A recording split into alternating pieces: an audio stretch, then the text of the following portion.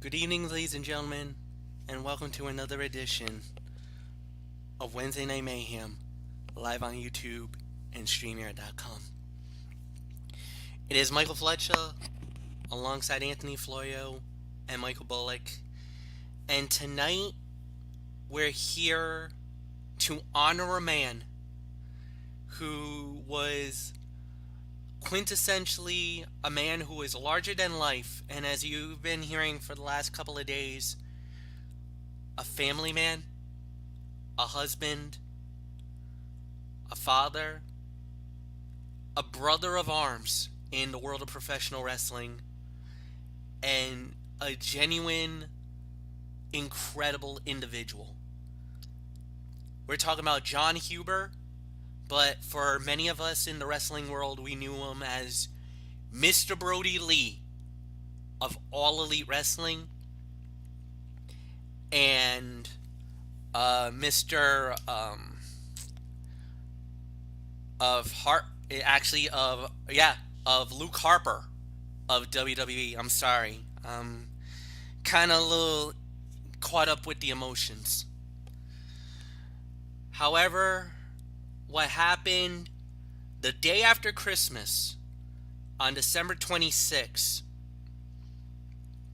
kind of rocked our worlds as we knew it. Mr. Brodie Lee, or Jonathan Huber, passed away, guys. Unexpectedly.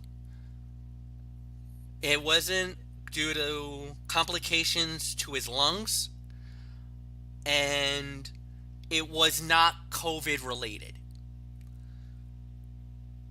He survived by his wife and two sons, and we saw them both on the show tonight.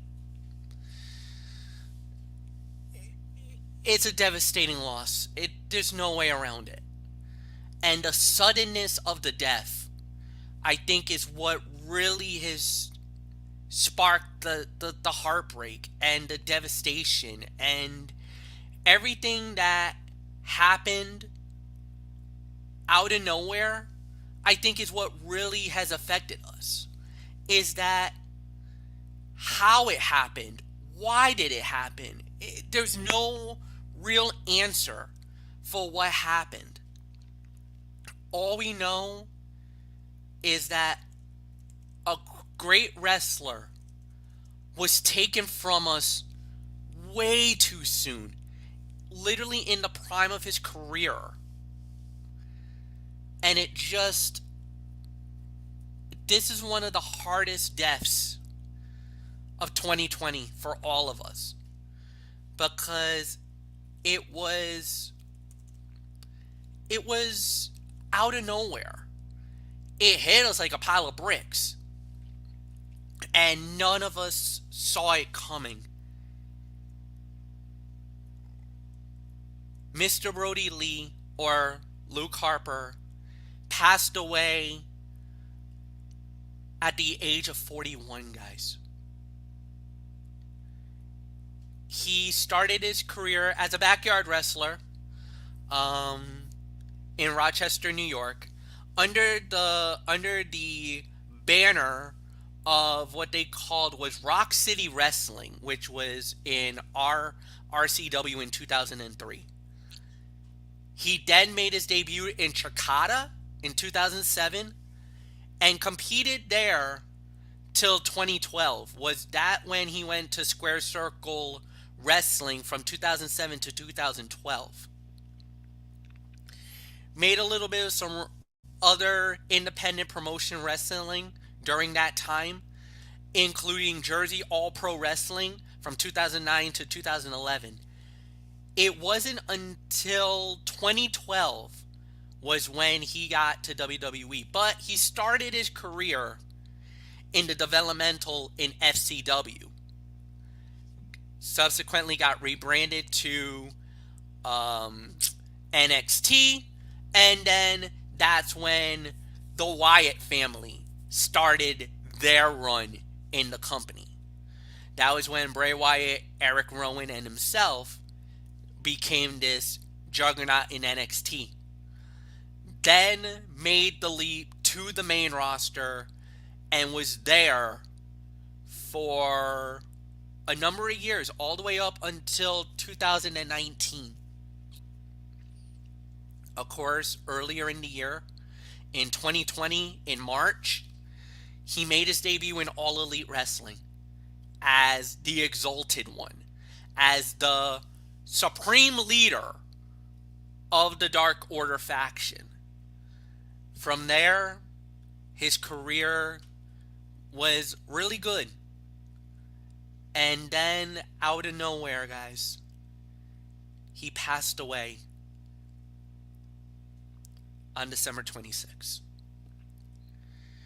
His legacy is undeniable, but what he brought to the ring was competitiveness, a bruising and in-your-face style, and again, my thoughts and prayers are with the family tonight.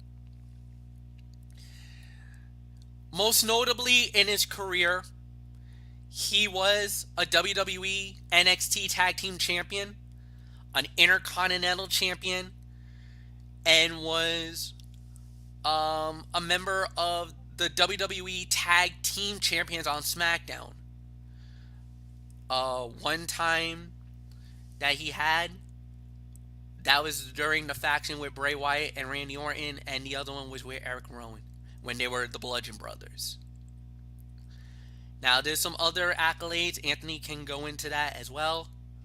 In 2015, he was in the PWI 500, ranked number 24 out of the 500 greatest wrestlers, and most notably was the TNT champion. As you in AEW, absolutely just dismantling Cody Rhodes, and as that was one of the biggest emphatic squash beatdowns we've ever had in our career. It's hard to say what might have been. It's hard to believe that he's gone. But tonight, as always, whenever a wrestler has fallen, the wrestling form will remember him, we will honor him, and we will do this with the most dignity and utmost respect and honor. Many times we normally would cover AEW and we would do a rating system. Talk about what we liked about the matches or what we did not like about the matches. As executive producer of the show, I feel like this is a tribute show. There will be no rating on AEW. We will NA all matches, but we will talk about them. But we're going to do it a little differently. We're going to do it like it's a conversation. And there will be no ratings. There will be no critiques. What we're going to do is we're going to do it with the utmost sincerity and respect. And that's what we're going to be doing here tonight. So with that said, Anthony Flaya, why don't you come on in, my friend, and let's talk about the life and the times of an incredible man, John Huber, Luke Harper, and Mr. Brodie Lee. The floor is yours, my friend. Thank you, my friend. That was... I can't follow that. I can't. I'm not even going to try. But when it comes to, the championships and accomplishments, MF ran it down. He ran down most of them, but he had some others. He was in Alpha One Wrestling, he was the A10 Gravity Champion. We talked about his last championship, which was the TNT Championship. Jersey All Pro Wrestling, he was their heavyweight champion, New Jersey State Champion, and a tag team champion with Necro Butcher. Next Era Wrestling, he was their heavyweight champion. NWA Empire was their heavyweight champion. In NWA Mississippi, he was the Southern Television Champion. MF brought up the PWI. He came in at number 24 of the top 500 singles wrestlers in the PWI 500 in 2015. Pretty darn good. Rochester Pro Wrestling / NWA Upstate / NWA New York, the Upstate Kayfabe Dojo Champion, Upstate New York Heavyweight Champion on 3 occasions, RPW Tag Team Champion with Freddie Midnight, RPW NWA Upstate Television Champion, Squared Circle Wrestling Heavyweight Champion on 2 occasions, World of Hurt Wrestling 3-time United States Champion, won the Wrestling Observer Newsletter Best Gimmick in 2013 as part of the Wyatt family, and then WWE, a co-holder of the NXT Tag Team Championship with Eric Rowan, a former Intercontinental Heavyweight Champion, 2-time co-holder of the SmackDown Tag Team Championships. The first time with Bray Wyatt and Randy Orton, they defended it under the infamous Freebird rule. And the other time, of course, was with Eric Rowan as part of the Bludgeon Brothers when they took those titles at WrestleMania 34. It's good to know that he at least got a WrestleMania moment out of it. That's very comforting to hear. And also he also won a Slammy Award for the 2014 Match of the Year, which, as we all know, was the traditional Survivor Series elimination matchup, Team Cena versus Team Authority, which ranks, of course, as one of the all-time greatest traditional Survivor Series elimination matches for a number of reasons. Go back to our Survivor Series 2014 review video for all our thoughts on that. Multitude of wrestlers and wrestling personalities paid tribute to Huber with stories on social media, most of which shared a running theme of him being devoted to his wife and children while going out of his way to guide and support other wrestlers. His former Wyatt family teammates also paid tribute. Bray Wyatt called Huber his best friend, brother, and partner. Eric Rowan said that Huber meant more to me than he will ever know. And Braun Strowman referred to Huber as one of the most unselfish men I've ever met and an amazing husband and father. Cody Rhodes, against whom Huber wrestled his final match, called the match an honor and a privilege and an experience so ferociously humbling. After many of the stories about Huber have been widely shared, Randy Orton stated, "You all have heard about how much we all respected Huber, about how much we all enjoyed his presence. It is a fact." And this past Monday night on Raw opened with an In Memory of John Huber, Luke Harper graphic. Performers and commentators paid tribute by using some of Lee's catchphrases, such as commentator Tom Phillips welcoming the viewers to the show by exclaiming, "It's Monday, and you know what that means." And WWE champion Drew McIntyre began his promo by stating, "It's Monday, and you know what that means." Yeah. Xavier Woods, who wore an armband with Lee's name on it, performed Lee's signature taunt and finishing move during the 8-man tag match. And tonight's episode of AEW Dynamite, known as the Brodie Lee Celebration of Life, featured matches and segments with fellow wrestlers honoring and paying tribute to Brodie Lee, and rightfully so. He cited Ravishing Rick Rude, Jake the Snake Roberts, and The Big Show as his primary influences in professional wrestling, and was an avid supporter of the Washington football team of the NFL and the NHL's Toronto Maple Leafs. His wife, Amanda, she was a wrestler as well. She was known as Cindy Sin, and they married in 2008. 2 sons, Brodie Jr. and Nolan. And it was announced earlier this afternoon that following his father's death, little Brodie Jr. was signed to an All Elite Wrestling contract and became a member of the Dark Order at only 8 years of age. With a caveat, and that caveat being AEW said that he can immediately start to perform for the company when he comes of age, if he so wishes. So a very noble gesture on the part of All Elite Wrestling and Tony Khan and everybody over there. And, I best remember him, in the WWE when he was Luke Harper as part of the Wyatt family. And he wore those musty tank tops, those tops, that were all, sweaty, it looked like they had like a lot of sweat on it and all that. Truth is, those were actually clean. He just went out of his way to to make him look grody and all that. But yeah,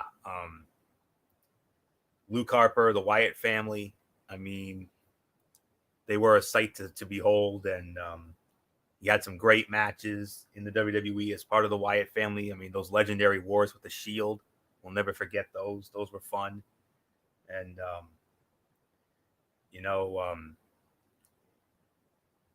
I was very surprised when he won the Intercontinental Heavyweight Championship. I was not expecting that, but he did. And he's a part of that legendary legacy. And he and Rowan, I mean, him and Rowan especially, those two together, they were fun to watch, whether it was the Wyatt family or the Bludgeon Brothers. And it definitely makes me very happy to know that as he's passed, I am glad to know that he's going up there knowing that he had a WrestleMania moment when he and Rowan won the SmackDown Tag Team Championship at WrestleMania 34 at the Superdome in New Orleans when they defeated the New Day and the Usos in that triple threat match, which was refereed by myself and Michael Bullock's favorite referee, Mr. Danilo Amphibio. And there's a photo of him with that SmackDown tag title on Wikipedia, and you can see Mr. Danilo Amphibio in there. But nonetheless, and it's also good to know that not only is he going up to heaven knowing that he had a WrestleMania moment. It's also great to know that his final match, when he dropped the TNT Championship back to Cody Rhodes, it was great to know that match was a 5-star classic, chock full of the absolute finest Shakespearean drama we will ever see. And, it's a great feeling knowing that his final match, they always say save the best for last, right? Well, he damn sure saved his best for last. Who would have thought that would be his last match? And it ended up being an instant classic and definitely one of the best matches of this year. No doubt about that. It's no secret this has been the toughest year, the hardest year, and the most difficult year for all of us for so many reasons. And yeah, this has just been a year. This year has unfortunately been tarnished and plagued by pain, heartbreak, suffering, misery, and all that. And moments like this, make it worse. I mean, there's been enough tears of sorrow this year. And next year, I know it's going to be better. I believe it. And it's great to know that the AEW talent and the company is going to, they're going to look out for the best interests of the family, wife Amanda, and sons Brodie Jr. and Nolan. And I read in the spoilers, last week's show was a taped show, and there were spoilers, and I read those spoilers, and they filmed a special segment after the show where Brodie Jr., quote unquote, defeated Kenny Omega for the AEW World Heavyweight Championship. I've been trying to find video of that, and I have not been able to. Maybe they might be saving that for future content or something. I don't know what they're going to do with that, but that was a special moment, to say the very least. And I mean, he will be sorely missed. I mean, this has been a hard year, for professional wrestling. I mean, we've lost a lot of legends this year. And it all started with the greatest ring announcer of all time, Howard Finkel. And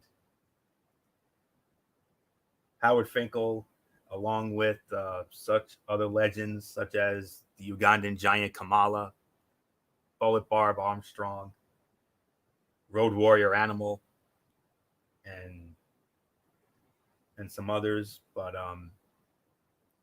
this one might be, I'll tell you what, Howard Finkel, for the three of us, being grown up and, watching wrestling since we were kids, Howard Finkel was the one that hits the most close to home. But this one is right there.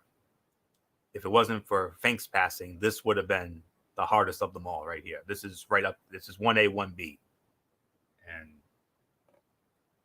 on behalf of all of us here at the Wrestling Forum, on behalf of MF and Michael Bullock and the rest of our family, which includes Dee Dee Woodson and, of course, the man who put this all together in the first place, Mr. Derek Ferreira. Our thoughts, our prayers, our condolences to the family and friends and all who were blessed enough to work with this wonderful man. And you saw him on TV, and you're thinking, you see this very large man, this intimidating man, who struck fear into so many of almost all of his opponents. And that's just a character. That's just a character on TV. That's not who he is in real life. What we saw in real life, he was nothing like that character. He was a loving husband. He was a loving father, a brother in arms, like MF said. And I mean, I don't know what else there is for me to say. And I humbly implore our Lord and Savior, I humbly implore you to grant your special graces to the family and friends and all of the wonderful folks who got to work with Mr. Brodie Lee.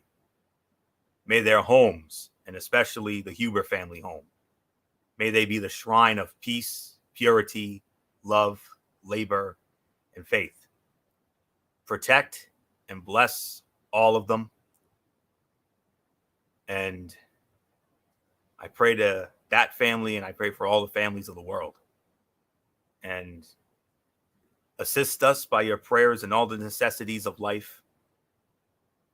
And the Lord said, blessed are those who mourn, for they will be comforted. They are mourning, but send them their comfort now. Wrap your arms around them, Lord. Hold them tight. Send angels of mercy to them and shower your comfort on them through those around them. And keep far from them those whose words and actions are no comfort. We pray for you. We're thinking of you. And we love you. That's all there is to say on that. And I don't know what else there is to say, except, as I always do,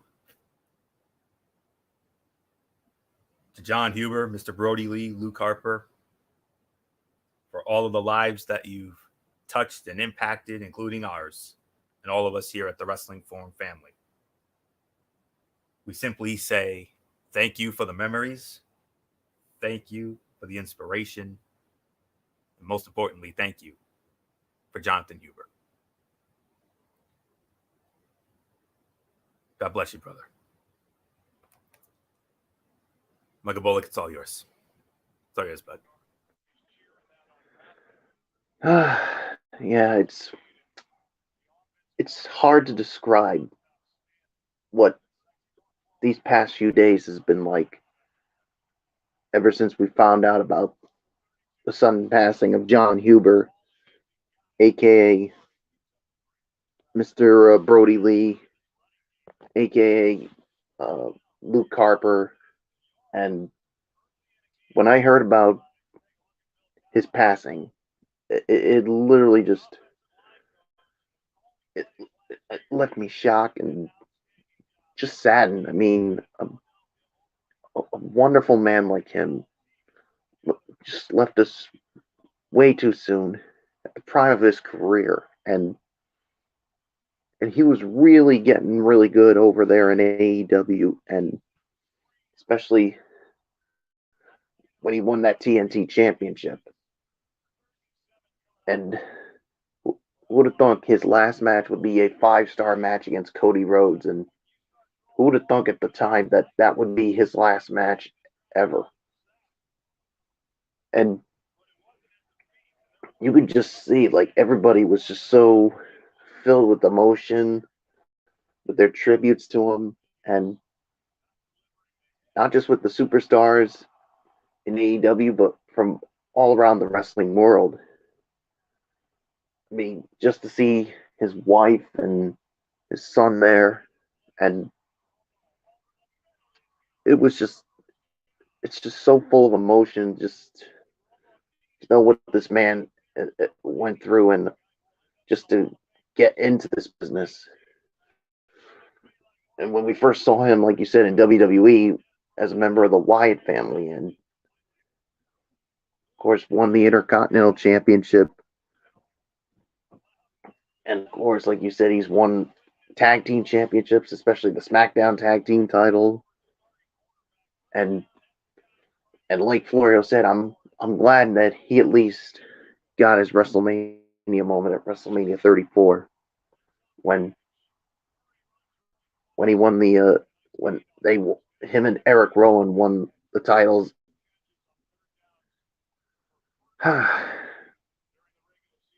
And I mean, we're all saddened by this the death of John Hubert, and this is why my father always told me every day, enjoy life while you can, enjoy it every single day, because you never know what the next day is going to bring.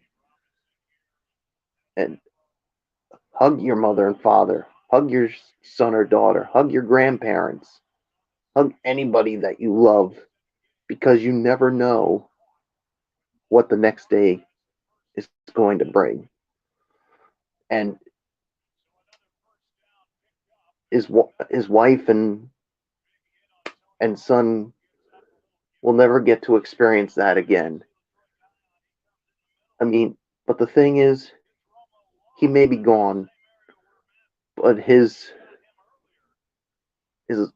memories and the spirit of him will always live within his son. And AEW is really what they can to support the family, and I commend them for that. And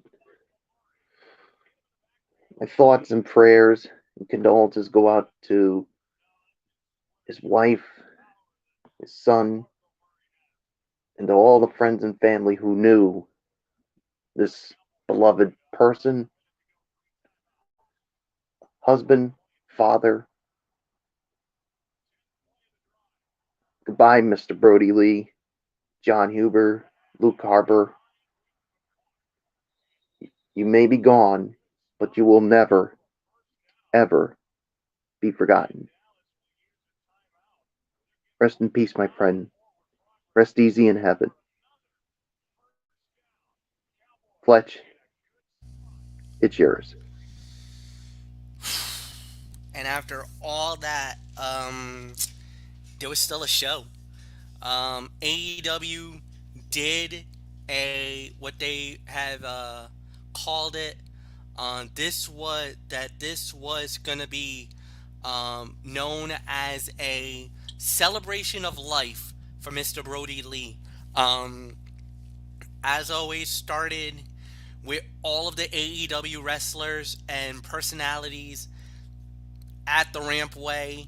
Front and center was Brodie Lee's wife and young children front and center. Also, if you notice, there was beside them Tony Khan was with them at the rings at near ringside area at the rampway. The traditional 10 bell salute was started the show, and then we had comments made by John Moxley, and it was beautifully done by Mox. Absolutely brought the it to perspective. And then we had the first fight of the night. which was the Private Party and Matt Hardy versus Colt Cabana and the Young Bucks. Colt Cabana and the Young Bucks won the match in 15 minutes and 31 seconds. And it was Colt Cabana getting the winning pin on Mark Quinn for the 1-2-3. It was a very touching match. I think all the guys did very well, even under the circumstances, with the way that they really told a great story. You saw the wrestling athleticism shine in this match, and Colt Cabana getting the win for the team is a nice nod because of because him being a member of the Dark Order. And on top of that, right after that, you saw the emotion billowing out of Colt Cabana at the end of the battle. You could tell he was very emotional, like everybody else was. But I think they really did. This was a great opening match, and on top of that, that would have been something that I know even Mr. Brodie Lee would have been very happy with. The way that these men went out and really told such a great story at the beginning of the night. So, Anthony, it's yours. Yeah, I'll tell you, this match unfolded like a typical six-man bout. Each team had multiple sequences and double team moves as they traded control back and forth. The Bucks and Cabana dominated more than Private Party and Hardy, but not by a huge margin. All six men had their time to shine, and we saw just about every combination of opponents this matchup could produce. It was smart to start the show with this bout. It was fun, fast-paced, and helped bring the mood up in the building after the emotional opening. This night was a celebration of Lee's life and the business he loved.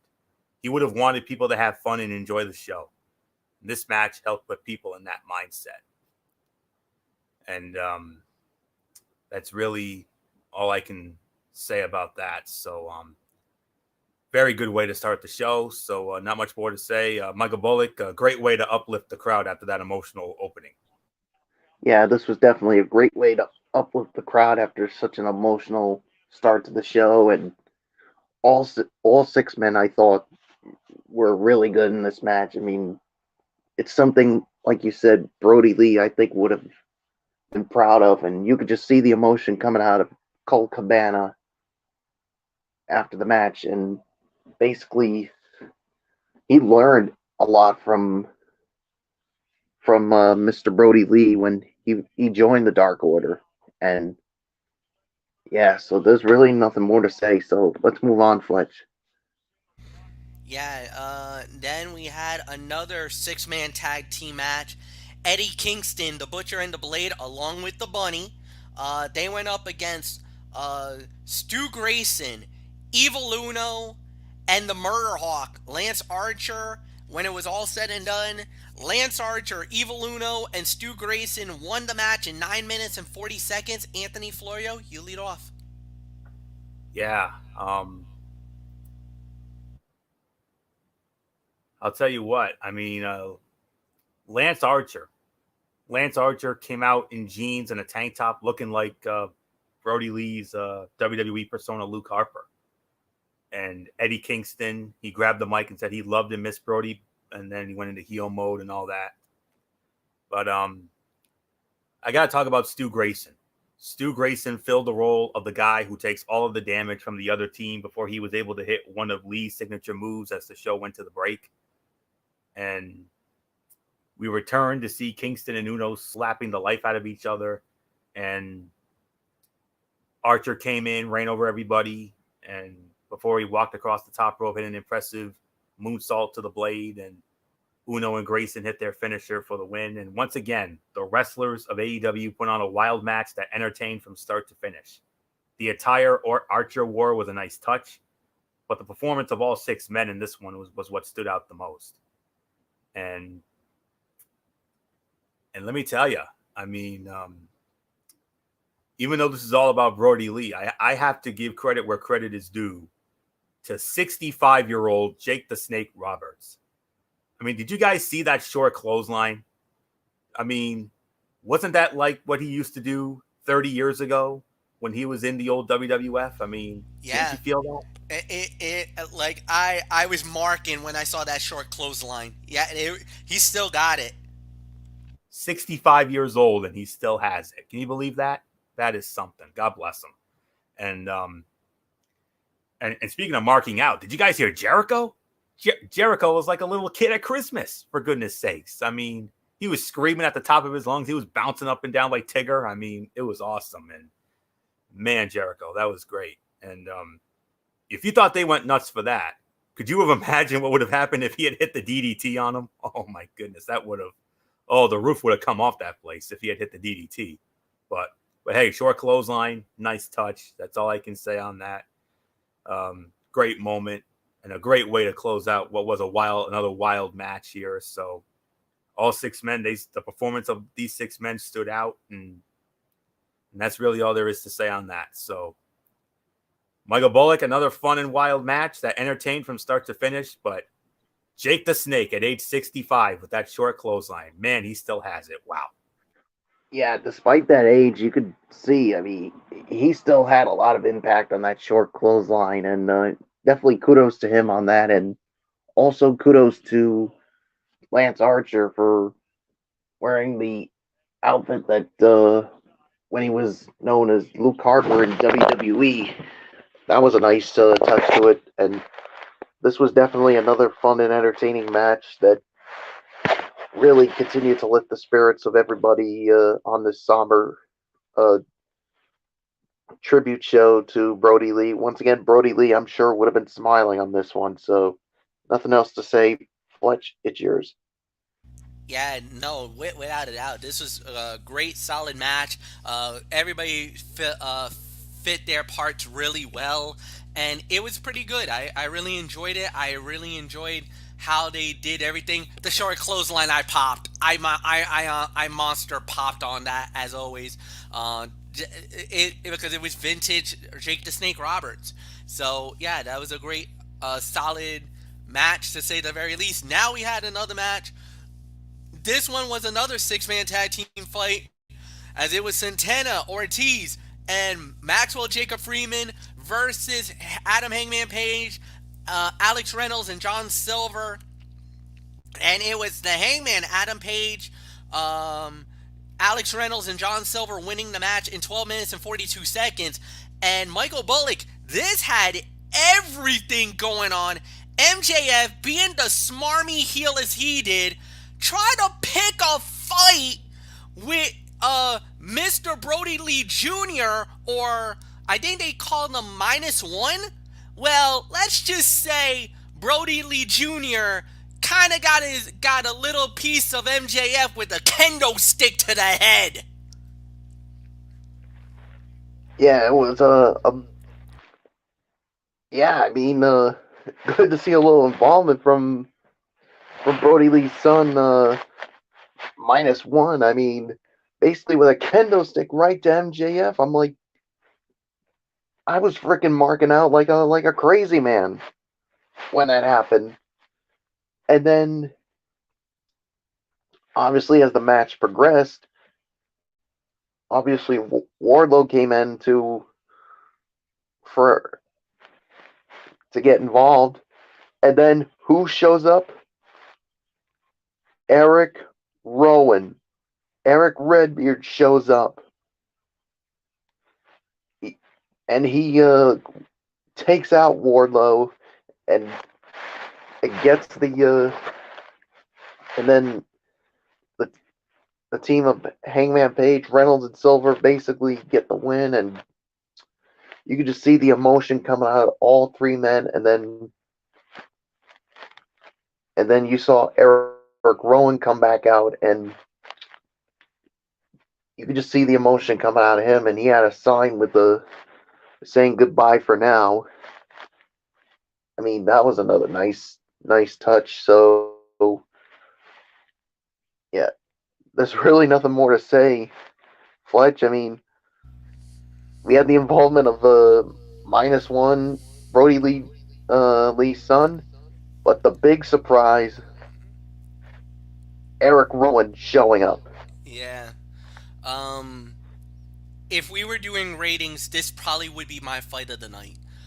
This was absolutely incredible. It had the perfect level of controlled chaos, as I like to call it, and they did it in such a way that it really made it worth the while. It made it worth the time. For one, MJF being the ultimate heel, disrespecting Brodie Lee's son during that match. And, you're thinking, oh, come on, give me a break, this and that. But the way that they did it, where they let Brodie Lee's son get involved and get a piece of MJF, I mean, that was perfectly done. And then, yes, Warlord tried to get involved, only to see Eric Rowan, or like Michael Bullock said, Eric Redbeard, show up. And that, I mean, you want to talk about shockers? That was the shock of the night. Nobody saw, or nobody knew that Eric Redbeard was even in the Daily's place, because we didn't hear nothing leading up to the show. So this was a big surprise. This was a monster surprise. I was watching this with a couple of buddies on Discord, and we all lost it. We all freaked out. We were marking when we saw that it was him. That was a big mark out moment. That was awesome. And to see that the ending and how that match ended,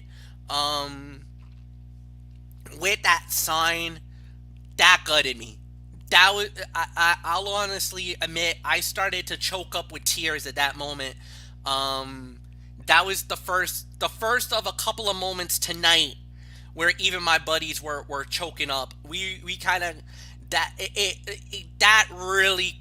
moment hit a little too close to home for us. I'm not gonna call it that was the Eddie Guerrero moment for me, but it was kind of it spurred the feels for me, as we say, or it spurred the feels, like Luigi PS3 would say. And yeah, it was a powerful moment. But I'm happy that John Silver got the win. John Silver is one of the trusted members of the Dark Order. He's really the guy that kind of is like the comedy skit if you watch Being the Elite. And there was a nice little nod to the Being in the Elite with the paper skit at the beginning of the match, where they open their robes out and there's like a stack of papers, and they start hitting Ortiz, Santana, and MJF got hit by thanks to Adam Hangman Page. Now, there's a lot of rumors about, well, what are they going to do with the Dark Order now? Is Eric Redbeard going to be the new leader? There was rumors that they were trying to recruit Adam Hangman Page. Does he become the new leader of the Dark Order? Or maybe Brodie Lee Jr. becomes the leader. Obviously, there's a lot to work on that angle. But as far as tonight goes, that's a conversation for another night and another thing. We're not going to bring that debate up on this night or on this floor. But this was, to me, this was beautifully done. Absolutely amazing. I loved everything about this match. Anthony Florio, it's yours. Exactly right. John Silver, he wore his own version of Brodie Lee's attire for this match, alongside Alex Reynolds and the Hangman, against MJF, Santana, and Ortiz. You talked about the paper throw, the paper toss at their opponents as a reference to what Lee would do to them on Being the Elite. And just like the previous bouts, this one followed a familiar formula. Everybody had a chance to be in control. But for some reason, this one seemed a bit more cohesive. The pace was steady, and the teamwork on both sides was crisp. Silver hit some great spots before MJF hit him with the Heat Seeker. And, the heels were going for the win, but then Reynolds made the save. And then that's when Eric Redbeard, the former Eric Rowan, showed up. And MJF ripping the mask off Brodie Jr. and the little man hitting him with the kendo stick. I mean, Tony Schiavone was loving that. But Anyways, this was somehow the most fun and the most emotional matchup to this point. Everything with Lee's son was done so well, and he performed in a way that would have made his dad proud. AEW just gave Brodie Jr. the memory of a lifetime. Everything about this was exactly what it needed to be. And MF, I will also agree with you when you said that if we were doing ratings and all this, this would have been the fight of the night. I 100% agree. So, not much more to say on this. Let's move on to our next match. All right, so with that said, we do move on to the women's match of the night. It was Anna Jay and Taya Conti versus Dr. Britt Baker and Penelope Ford. Taya Conti and Anna Jay wins the match in 10 minutes and 4 seconds. I believe I leave off on this one. This was a solid match, and I love the body of work of all four women. They really did really good in the battle. You could tell that Anna Jay was really trying really hard to try to keep her emotions in check. There was a moment where she did the Dark Order symbol, and you could tell the tears were starting to well up. She kind of was. It was almost a moment where it looked like she was about to lose her emotions in the ring, but she was able to reel it in to get to the finish. As Penelope Ford got caught in the Queenslayer, and then thank you, Taya Conti, for keeping Dr. Britt Baker in bay, just enough so that super bad Penelope Ford taps out, and that ends the match. So after the match was over, Dr. Britt Baker, in typical fashion, rips a promo, basically saying that trying to say that the loss was a bunch of conspiracies. I don't know where that's coming from. Thunder Rosa comes out. They start brawling. As you may know, Thunder Rosa and Dr. Britt was supposed to compete tonight, but because of the show and everything else, they've been bumped. Now that match will happen next Wednesday night as part of the New Year's Bash that they were supposed to do. It was supposed to be a 2-week event. They've pushed it back a week so that now it'll be on. It's going to be going head to head with the New Year's Devil Night for NXT. So, oh boy, we're gonna have some prime time viewing next Wednesday night, ladies and gents. But until then, like I said, good match. Anthony, it's yours. Yeah. Anna Jay was the only Dark Order number that Mr. Brodie Lee had a hand in. She was 99 because Wayne Gretzky wore 99, and he was the great one. And that was his nod to hockey. And he said he was very proud of that. Nobody got it. Nobody cared except me. Very nice indeed. I'll tell you one thing. Being a compassionate guy, if I had been there and I had saw all that emotion in Anna Jay, and I'll tell you what, as I was watching that match, when I saw that young lady tear up, I mean, I sent her a virtual hug. That's what I did. I'd be like, I would have been right there. No doubt about that. And it breaks my heart to see, that. But hey, you had to get it. You had to somehow get it together and focus on the match. And, it would have been hard for any of us if it had been one of our dearest friends and brothers who had passed on. But anyways, this match took a slower approach than the 6-man tags we saw earlier because there were not as many moving parts. There was more time for each performer, so they paced themselves. Anna Jay and Tay Conti, they've teamed together before, but it was a little surprising to see Penelope Ford and Britt Baker work so well as a unit. They had the heel tactics down like they have been working together this whole time. and then they celebrated with the emotion as the crowd cheered, and then Britt did her little heel routine, and then Thunder Rosa came out and jumped her, and yeah, that's going to be as part of that 2-night Dynamite thing that's been pushed back. Tonight was supposed to be night 1, but night 1's been pushed back to next week, and night 2 has been pushed back to the week after that on the 13th. Yeah, it's going to be a very busy night next Wednesday night, even though, I'm going to be honest with you, I think we're going to be more invested in NXT, especially because of how stacked that show is. That's a takeover show, but we'll get into that later. But for right now, by default, I would say this was probably the worst fight of the night if we were giving a rating system. But, because it was a little on the slower side, it wasn't as fast-paced as the Six Mans, like I said. But, theme of the night, they all got a chance to look good, and a nice moment for Anna Jay. I mean, young lady's got a bright future. Let me tell you that right now. She's got a very bright future ahead of her. She's only 22 years old. I see bigger and better things for that young lady come 2021. I mean, I think she's going to be a breakout star and one to keep an eye on. That's just all I can say. So I sent you a virtual hug, darling, during that match. I did.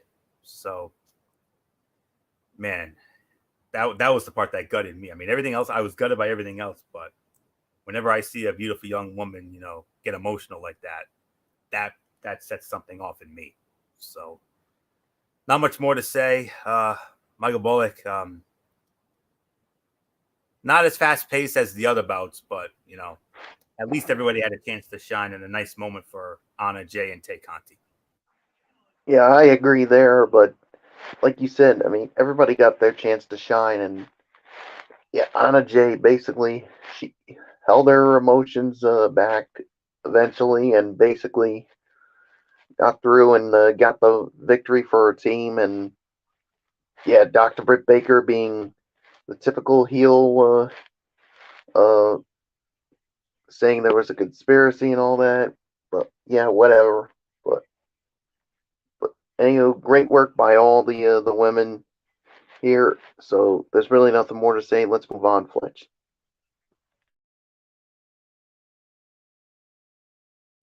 That led us to what was going to be the main event of the evening, as it was Team Taz, Brian Cage, Powerhouse Hobbs, and Ricky Starks. They with Taz and Hook, and they went up against Orange Cassidy, Cody Rhodes, and number 10 of the Dark Order. This was actually being labeled as the Brodie Lee Jr. Dream Match. This was actually a match that was given by Brodie Lee Jr. and that these, I guess, Cody Rhodes, number 10, and Orange Cassidy is his favorite stars in AEW, and that these were the three that he wanted to see together going up against Hobbs, Cage, and Ricky Starks, and the face team, Cody Rhodes, X, and Orange Cassidy wins the match as it was number 10 getting the winning fall on Ricky Starks for the 1-2-3, and then after that, it looked like there was going to be a little bit of some tempers flaring, and they did. Well, right after that, the lights went out in the building. Here comes Darby Allin, and then the lights go out a second time, and here comes Sting. Sting and Darby Allin. It looks like maybe they are working together. They might be. This might be Jedi with a Padawan here, possibly. Whoa, boy. We'll have to wait and see how that goes. And I believe, Anthony Florio, you lead off. So give me your thoughts on the main event of AEW's Dynamite tonight. Yeah, it was another. It was pretty much like all those other 6-man tags that we saw in the night. I mean, I mean, what else is there for me to say on that? This was a solid match to say the very least, and you know, like I said, everybody had their chances here, and I mean, it was great action throughout, and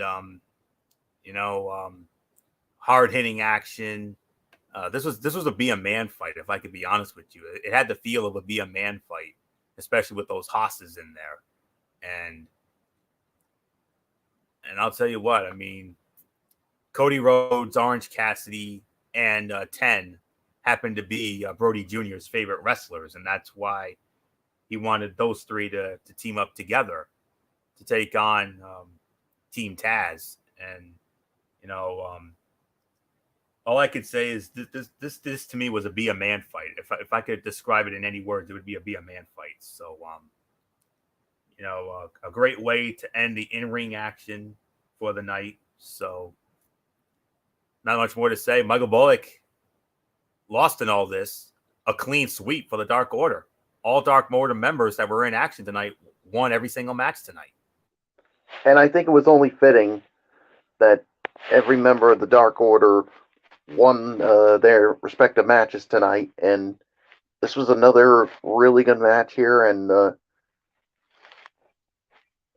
once again, both teams I thought were really well. And yeah, we thought things were really going to get out of control, but Darby Allin and Sting put a stop to it, and yeah, just utter chaos. So there's really nothing more for me to add. So Fletch, it's yours.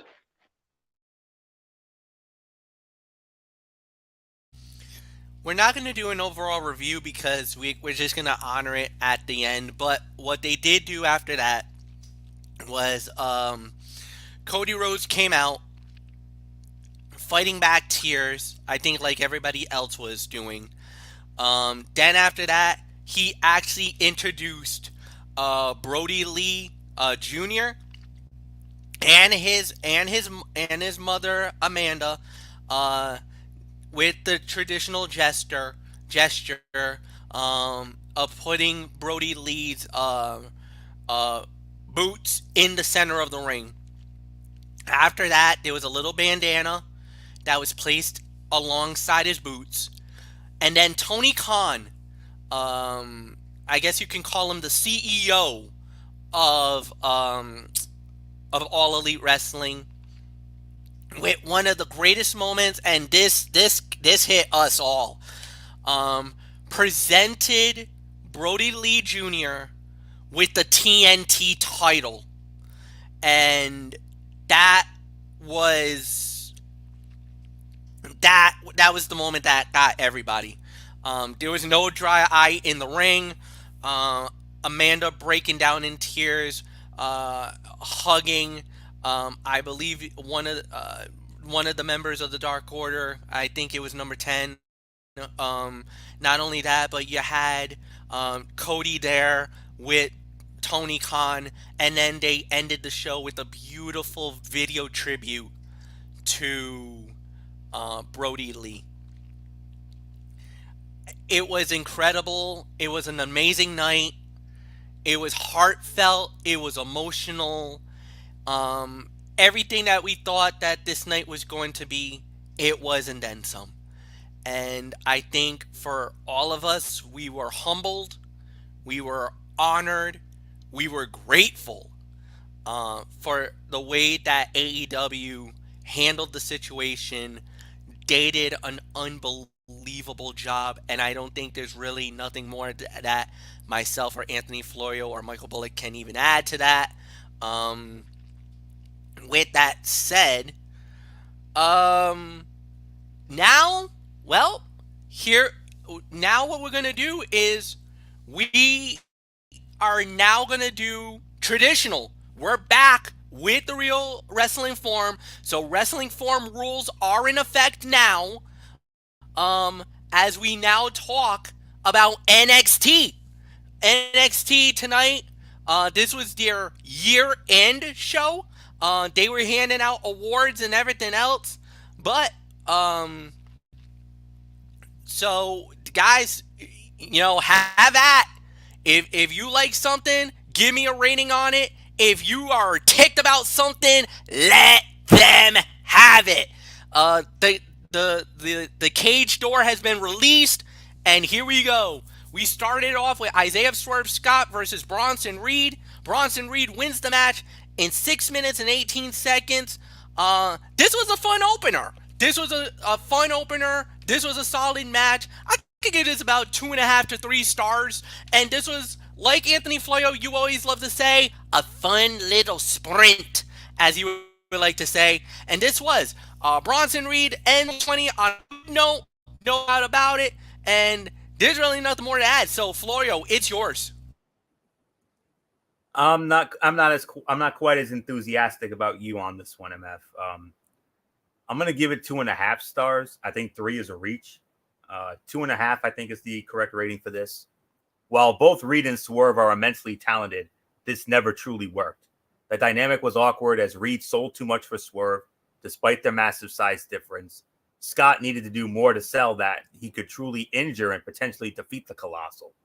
The short run time for the match, coupled with a lack of drama and psychology, felt off for NXT's typical quality. This may have been a last-minute addition to the show because there is no doubt these two can work a fantastic match with time to prepare. This, however, was not it. Sorry. 2.5, that's the best I can do. Bullock, it's yours. I'll give it 2.5 to 3. I thought it was a fun sprint. I'm going to be with MF on this one.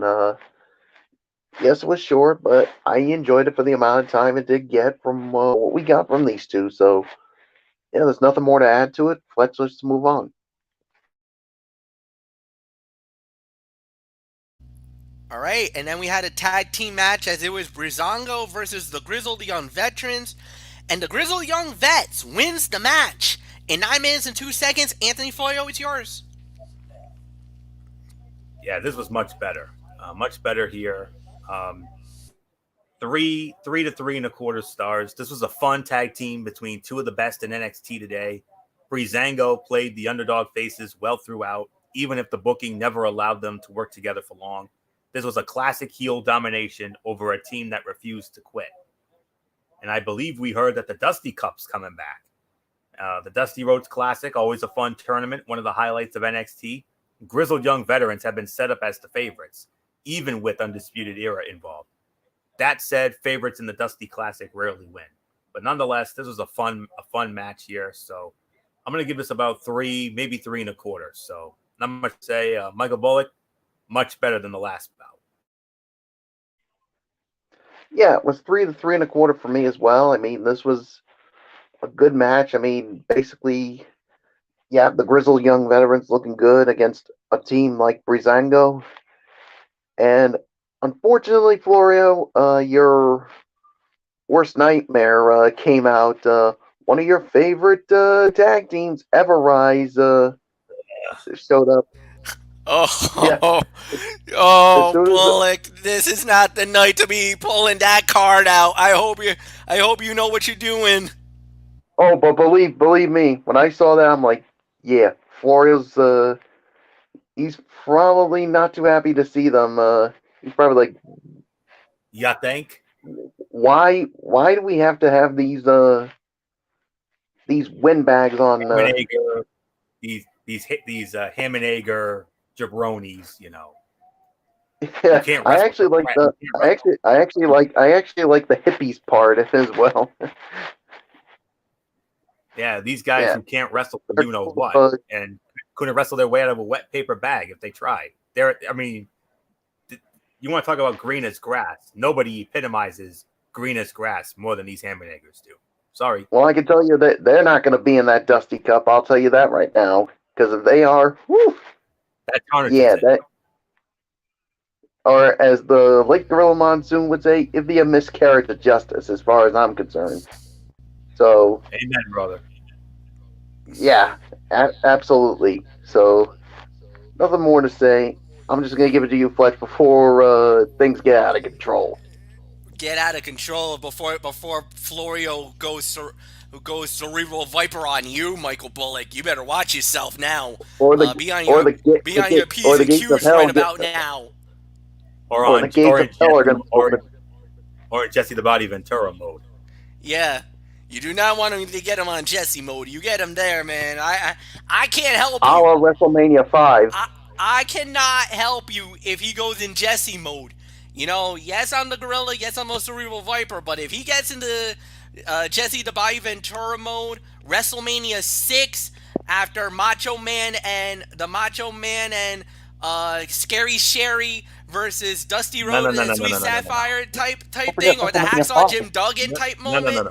There you go. The Duggan Bravo finish. That's The Duggan Bravo match. If he gets into that mode, I can't help you, Bullock. You're on your own.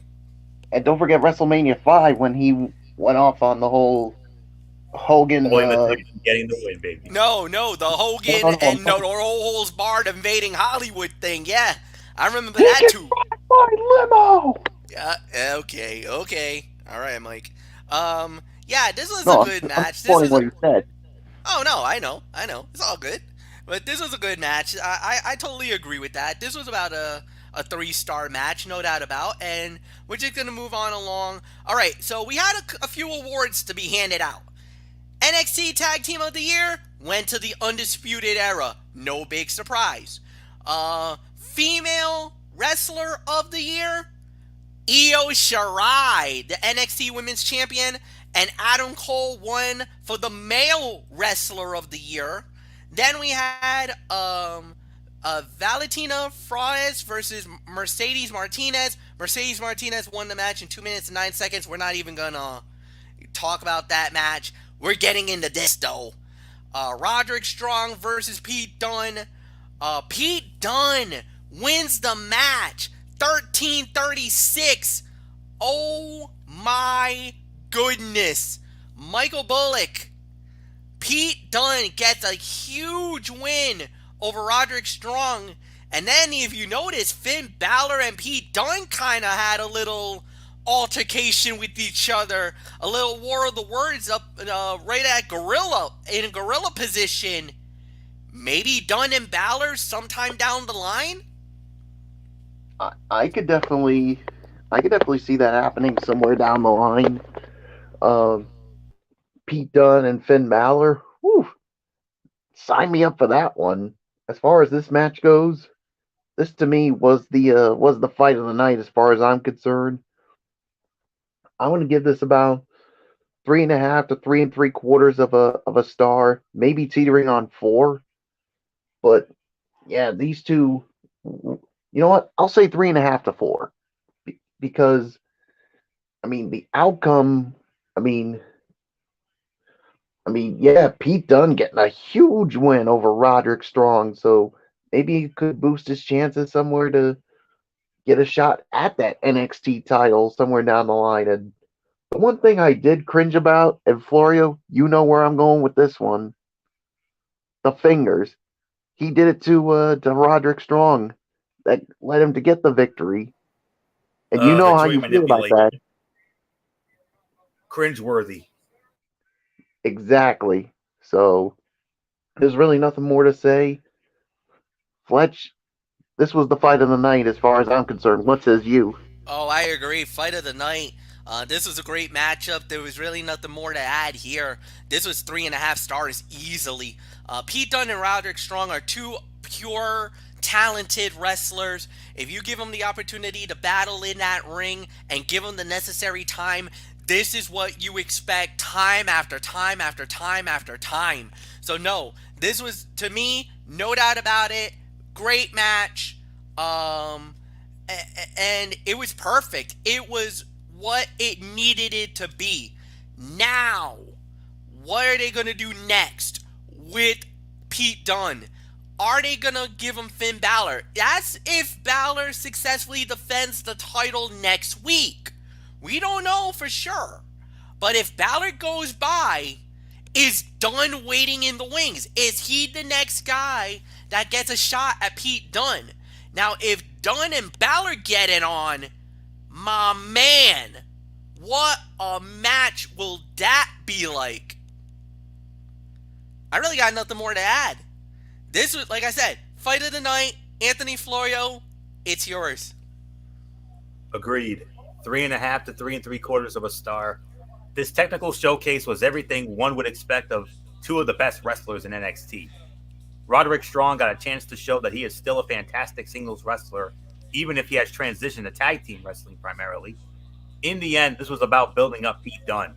The Bruiserweight is clearly on the precipice of title contention, and a match with Finn Balor would remind the world how great he is. This was a great start as Dunne pulled out the classics in this battle of smart technicians. Yes, he also had to do that damn joint manipulation that cringes me and makes me sick to my damn stomach each and every time. I mean, God, every time I see that, I mean, yeah, that's all there is to say on that. I mean, that's cover your eyes type stuff, folks. So, Hey, you don't call him the Bruiserweight for nothing. Nope. and I do have one small. I do have one small bone to pick when it comes to the NXT Championship thing. I mean, don't get me wrong. Kyle O'Reilly is deserving of the opportunity. He definitely deserves another shot at it after the match they had at Takeover 31. But to me, I kind of felt Pete Dunne should have won that match last week, and then we could have had the match next week, guys. Yeah. Just imagine that. Yeah. But then again, But then again, they might be saving it for a future takeover. I mean, they probably want to save it for that. So, but you never know. You never know. But for me, it should have been Pete Dunne going against Finn Balor next week on that New Year's Evil. But then again, even with O'Reilly in there, it's still going to be a banger. We all know that. And wait till you hear the card for this thing. This is a takeover show on cable television. Yeah. Not on the WWE network. Yeah, wait till you hear that. I'm going to run that sucker down at the end. But for right now, this was the fight of the night, 3.5 to 3.75 of a star. So not much more to say. MF, let's move on. All right, and then after that, we had some promo stuff. Well, first off, they announced that the match of the year for NXT this year was the NXT Takeover, as it was Finn Balor going up against Kyle O'Reilly. That was the NXT Takeover 31 that gave that was awarded the match of the year, which no big surprise in many people's eyes. I know a few people were yelling for the War Games. But that was the match of the year. Balor did cut a promo after that. Then we did move on to what was a tag team match. Joaquin Wilde and Raul Mendoza, they went up against Lucha House Party, Lince Dorado and Gran Metalik. Lucha House Party wins the match in 3 minutes and 49 seconds. We don't need to talk about that. It was an okay match. What we did find out was that Anthony said he's gonna fight. He's gonna do the whole card. So we'll let him make the big announcements next week. Final award: the Future Star of the Year went to Austin Theory. He won it, and the overall NXT Wrestler of the Year went to the NXT Women's Champion, Io Shirai. She beat it out Adam Cole. Io Shirai is the NXT Wrestler of the Year of 2020. So, congratulations, Io. We had our main event, Johnny Gargano versus Leon Ruff, winner of the bout in 14 minutes and 12 seconds, and still the North American champion, Johnny Gargano. Michael Bullock, you lead off.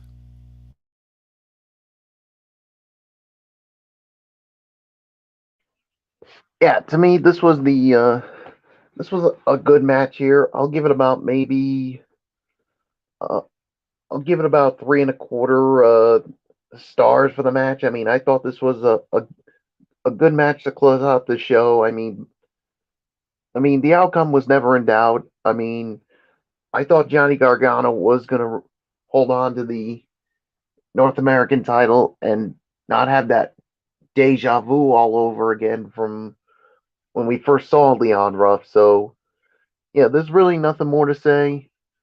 Fletch, Johnny Gargano successfully holds on to the North American title. You know what? They were talking about this whole thing about this curse and everything else. But you gotta give credit where credit's due. Gargano won the match clean. He didn't need Indy Hartwell. He didn't need Candice LeRae. He didn't need Austin Theory. This will cement Gargano a little more because of the fact of how he won the match tonight over Leon Ruff. There was no chicanery. Well, at least at the end of the match, there was no screw job. There was no chicanery. He won it clean. There's no argument. 3.5 stars. Great main event. Anthony, go. 3.5 stars from me. While the build was mostly comedic, the in-ring action was worthy of an NXT main event. Both men brought their all, even with a few sloppy counters. Leon Ruff had his best singles performance to date on the black and gold brand, thanks to the giving work of Johnny Gargano throughout. In the end, it was the right time to end the curse.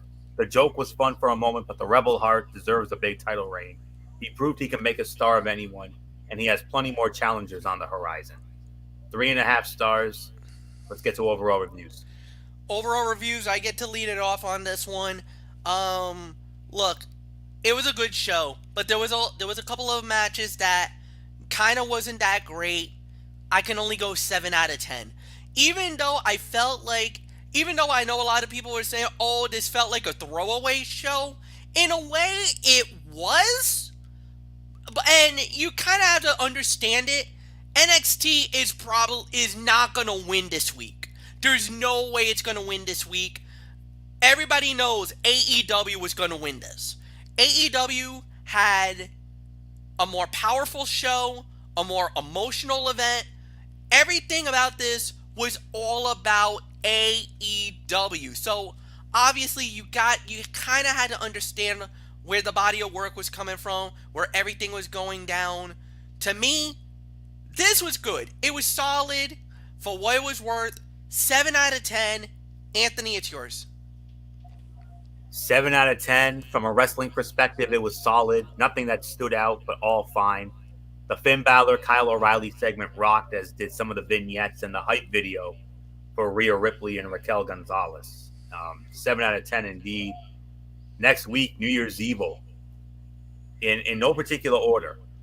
And also, guys, a new match was added to this show tonight.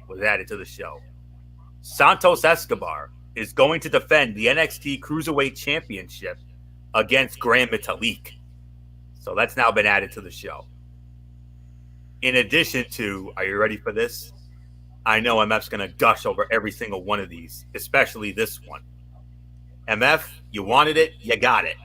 Your boy, Tommaso Ciampa, against my boy, Timothy Thatcher, in the fight pit. Yes! What do you think of that? Oh, man, this is going to feel like UFC next week, man. Oh, this is going to be a hell of a fight. I can't wait. It gets better. How about Raquel Gonzalez versus Rhea Ripley in a last woman standing match? Oh. It gets better. Karrion Kross against Damian Priest. And then Finn Balor, Kyle O'Reilly, NXT Championship. Happy New Year. How does all that sound to you guys? It's going to be one hell of a night. One hell of an event. No doubt about it. Like you said, must see and appointment television next week. Uh-huh. And as Booker T would say, it's going to be good. It's going to be good. Yeah, no doubt about that. And tonight was all about AEW, absolutely. But I think next week it's going to be all about NXT. I mean, look at that card, top to bottom. You can't complain about it. That card is NXT TakeOver worthy, man. And we're free getting television. it on free television. Yeah, no, this is On the going to be USA Network. insane. This is going to be insane. AEW tonight was your night. I think we were more invested in AEW than NXT, honestly. Oh, absolutely, no doubt. Next week, flip flop. Next week's going to be all about NXT rather than AEW. So that's all I can say on that. 7 out of 10. Michael Bullock, I mean, look at that card from top to bottom for next week. You got to be gushing.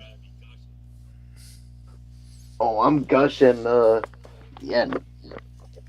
This week was about AEW, but next week it's gonna be all about NXT with that stack card. So, yeah, 7 out of 10 for me.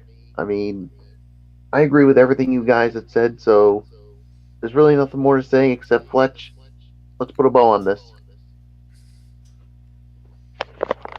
All right, guys.